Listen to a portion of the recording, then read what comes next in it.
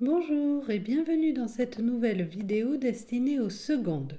Nous allons aujourd'hui terminer notre chapitre sur les sociétés et leur environnement et nous allons voir les mesures qui sont mises en place en France pour essayer de prendre soin des milieux et d'aller vers une gestion durable.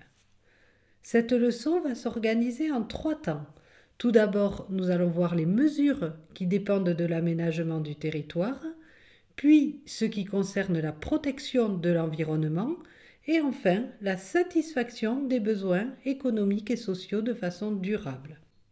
L'aménagement du territoire, c'est l'ensemble des décisions visant à organiser l'utilisation de l'espace terrestre. Les politiques d'aménagement du territoire permettent notamment de définir différentes zones, celles qui sont destinées à l'usage urbain, à l'usage agricole, à l'usage industriel, à l'usage commercial, à l'usage récréatif et celles qui doivent être préservées naturellement. Ce zonage aide à éviter les conflits d'usage entre les personnes exerçant les différentes activités. Je vous rappelle qu'un conflit d'usage, c'est une opposition entre différentes personnes ou organismes qui veulent utiliser différemment une même ressource. Aussi, le zonage permet de protéger les zones qui doivent l'être, comme les zones humides, les zones sensibles à l'érosion, les forêts, etc. Ainsi, l'aménagement du territoire est un outil essentiel pour concilier le développement humain et la préservation des milieux naturels. Les politiques d'aménagement du territoire favorisent la création d'aires protégées, comme les parcs nationaux ou les réserves naturelles. Dans ces aires protégées, il y a une réglementation particulière qui s'applique. Cette réglementation permet de conserver la biodiversité et de protéger les espèces menacées. La biodiversité, c'est autant les plantes que les animaux. Par exemple, dans le parc national des Pyrénées, les marmottes sont une espèce protégée. Des programmes de restauration écologique sont mis en place pour réhabiliter les milieux dégradés. Le projet de restauration des zones humides dans la vallée de la Loire est un exemple de cette approche. Dans cette région, les zones humides sont des prairies inondables et des marais. Elles ont des écosystèmes particuliers, mais qui ont été dégradés par les constructions humaines.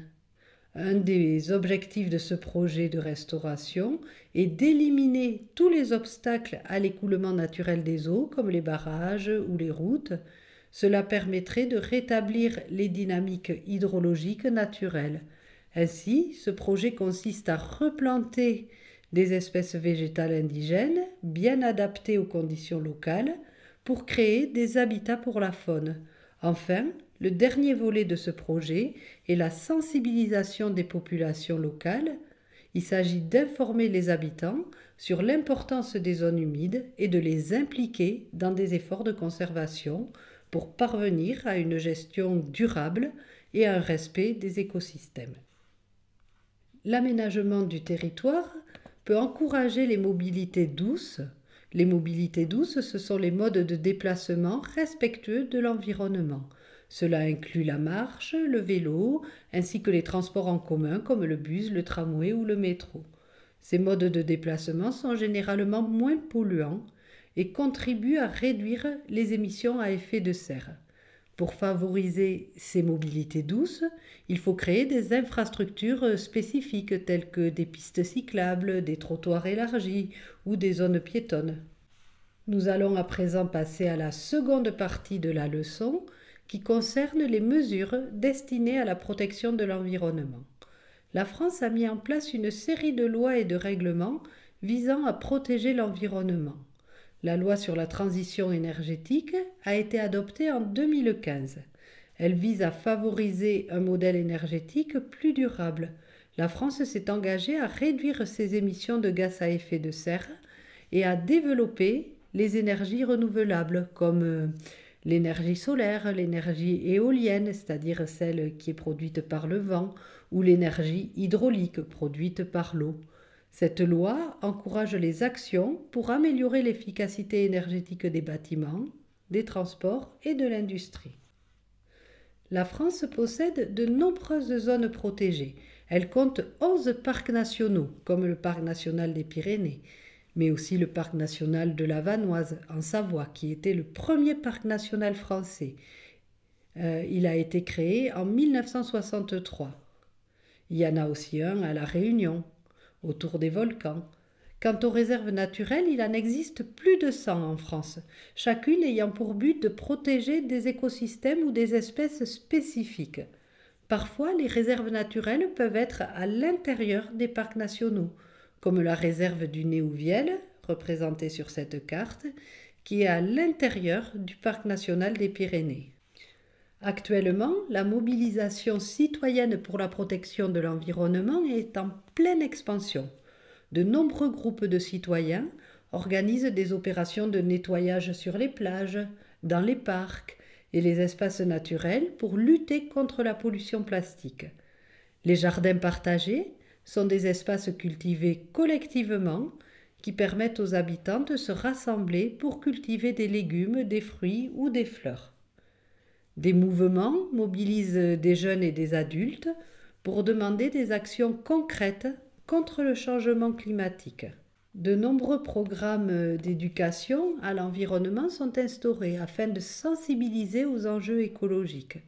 Dans notre secteur, le SMECTOM, le syndicat mixte d'élimination et de collecte des ordures ménagères, intervient dans les écoles.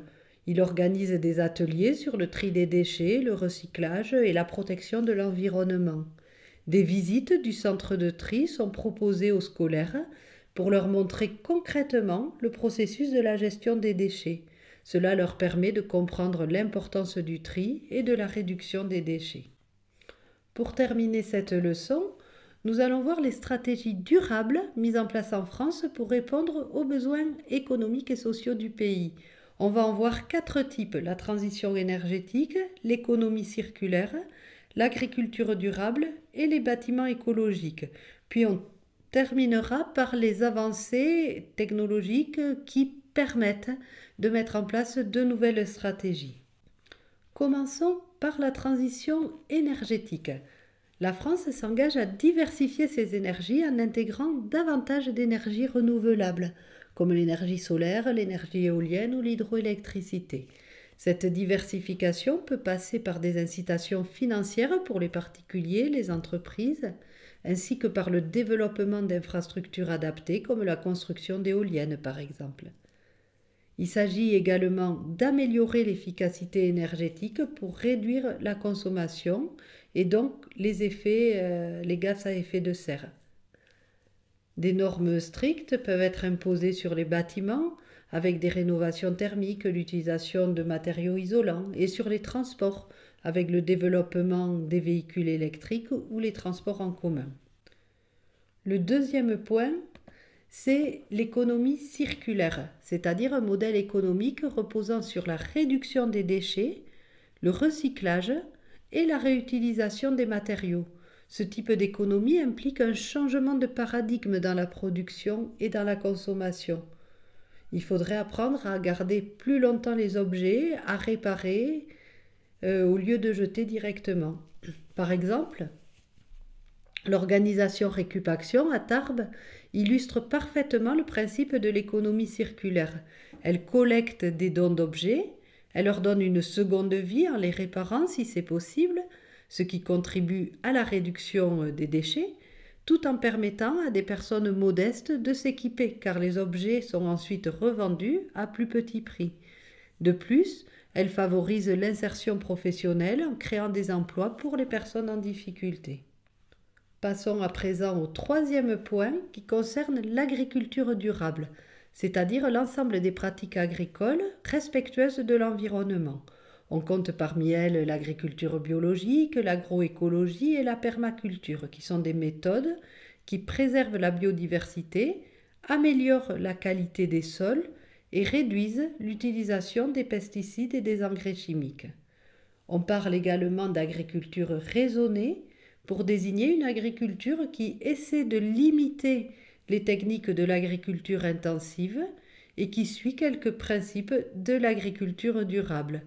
Ces pratiques favorisent la production d'aliments plus sains, contribuant à la sécurité alimentaire, tout en respectant les écosystèmes locaux. Le dernier type de stratégie que nous allons voir, c'est la construction des bâtiments écologiques à faible empreinte carbone. Ces constructions utilisent des matériaux durables, récupèrent l'eau de pluie et mettent en place des systèmes de chauffage à base d'énergie renouvelable. Aussi, ces bâtiments sont bien isolés thermiquement, ce qui permet non seulement de réduire les besoins en énergie pour le chauffage et la climatisation, mais également d'améliorer le confort des habitants. Le quartier de la Cartoucherie à Toulouse, représenté sur la photo, est un exemple d'écoquartier intégrant des espaces verts, des zones piétonnes et des infrastructures favorables aux mobilités douces comme des pistes cyclables. Ce quartier combine des logements, des bureaux et des espaces commerciaux pour favoriser la vie de quartier et réduire les déplacements. Tout y est sur place. Enfin, la recherche et l'innovation jouent un rôle crucial dans la transition énergétique et la lutte contre le changement climatique. La société française Ideol a mis en place des éoliennes flottantes. Ces éoliennes peuvent être installées dans les eaux les plus profondes, là où les éoliennes traditionnelles ne sont pas envisageables. Elles peuvent ainsi capter des vents plus puissants et plus constants, ce qui augmente leur efficacité. Aussi, ces éoliennes flottantes sont souvent perçues comme moins gênantes visuellement que les éoliennes terrestres, car elles sont situées loin des côtes, ce qui peut faciliter l'acceptation par les communautés locales. Les innovations technologiques jouent un rôle de plus en plus important en agriculture. Les drones sont utilisés pour surveiller les cultures depuis les airs et permettent d'identifier rapidement les problèmes tels que les maladies, les ravageurs ou le stress hydrique.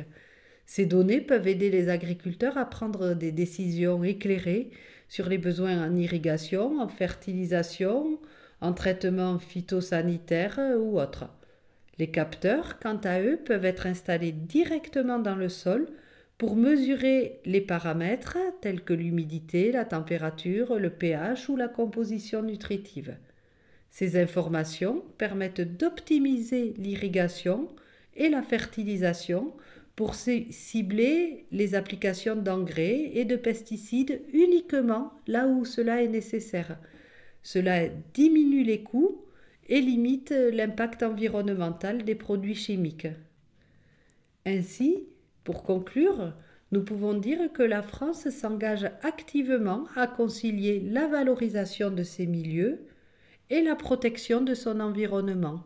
Cela implique un équilibre délicat entre le développement économique, la préservation de la nature et le bien-être des populations. Voilà, nous allons nous arrêter là. J'espère que cette leçon a été claire. Je vous souhaite de bonnes révisions et je vous dis à bientôt.